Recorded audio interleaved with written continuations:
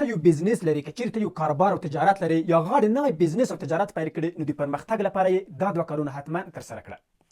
تاسو به کله د خپلې کورنۍ له غړو سره، د خپلو ملګرو سره چیرته میلې ته یا چکرځای ته تللي وئ. کله چې تاسو میلې ته لاړ شئ، هغه کارونه چې باید په میله کې ترسره شي، تاسو د خپلو ملګرو ترمنځ یا د خپلې کورنۍ د غړو ترمنځ ویشئ.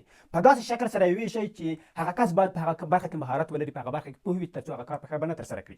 مثلا یو څوک دی په کباب پخولو کې ښه پوهېږي، هغې ته د کباب پخول ورسپارئ. یو کس دی عکاسي ښه کوي، هغې ته عکس اخیستل ورسپارئ. یو کس دی فلم برداري ښه کوي، هغې ته د فلم اخیستل ورسپارئ.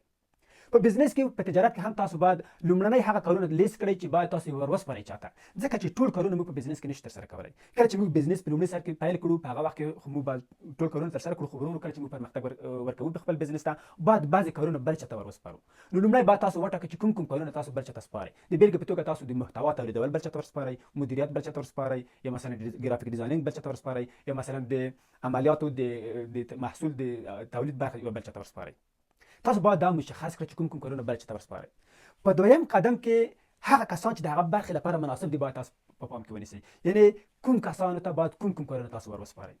کله چې تاسو یو غوره کس د یو کار لپاره وګمارئ، تاسو ته هغه کار بیا په ښه بڼه ترسره کوي.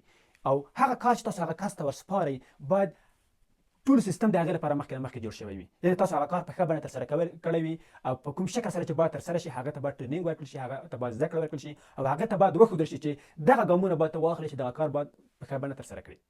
کله چې ته دغه کار ترسره کړې، بیا ته کله چې په خپل بزنس کې نه وي، هم تا بزنس مخ ته ځي، ځکه تا دلته یو سیستم جوړ کړو چې کارونه دې وټاکل، او د هغې لپاره د غوره کسان وټاکل، او غوره کسانو ته دې وښودل چې دغه کار باید په کومه بڼه ترسره شي. د بېلګې په توګه ته د فوټبال یو مربي یې، یو کس دې په ګول کې ودرولو چې ته باید د توپ دفاع وکړې، بیا ته هم هلته مه ورسره ودرېږه چې توپ داسې نیسه، توپ داسې نیسه. د هغه ټول مسؤلیت به دا دی چې توپ مخه ونیسي، توپ د ګول ته داخل نه شي. یعنې ته دا ته اوس ازادي لرې تر څو د خپل بزنس لپاره غوره تصمیمونه ونیسې.